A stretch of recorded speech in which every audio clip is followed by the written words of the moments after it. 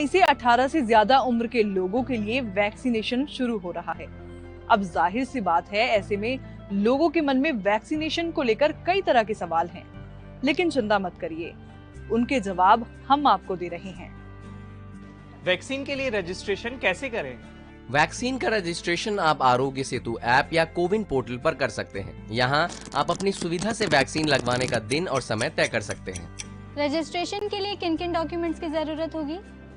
Registration के लिए एक पासपोर्ट साइज फोटो के साथ कोई भी एक सर्टिफाइड फोटो आईडी प्रूफ जैसे Aadhaar, driving licence, PAN card, voter ID वगैरह की जरूरत होगी। क्या वैक्सीन लगवाने के समय भी फोटो आईडी ले जानी होगी? हाँ, जो आईडी आपने रजिस्ट्रेशन के समय दी थी उसी को साथ ले जाना होगा।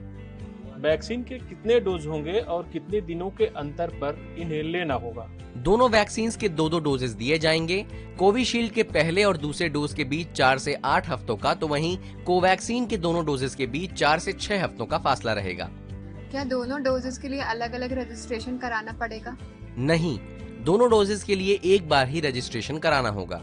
कोवैक्सीन और कोविशील्ड में बेहतर वैक्सीन कौन सी है? क्लिनिकल ट्रायल्स में दोनों ही वैक्सीन वायरस को रोकने में कारगर पाई गई हैं, इसीलिए दोनों ही वैक्सीन बेहतर हैं।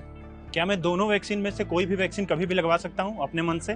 नहीं, ये इस पर निर्भर करता है कि आप जिस वैक्सीनेशन सेंटर पर जाएंगे वहाँ कौन सी वैक्सीन अवेलेबल है।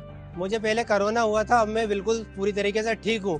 क्या अभी भी मुझको वैक्सीन की जरूरत है? बिल्कुल, कोरोना के कई मामले रीइंफेक्शन के हैं, इसलिए आप रिकवर हो गए हों तब भी वैक्सीन लगवाएं।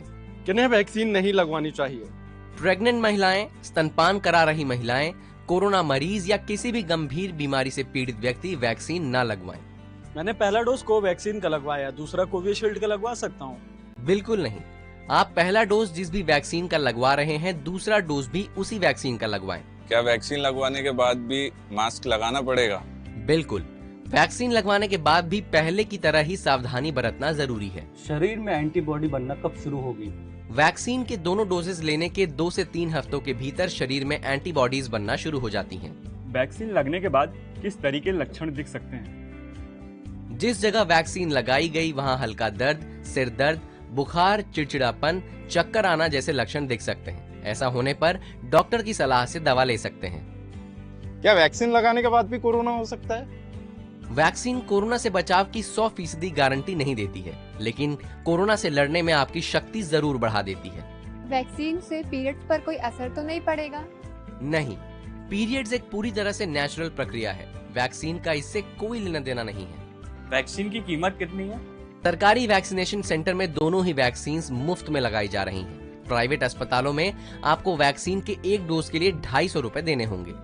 तो उम्मीद है वैक्सीनेशन को लेकर सभी सवालों के जवाब आपको मिल गए होंगे। तो जल्द से जल्द वैक्सीन लगवाएं और कोरोना को हराएं।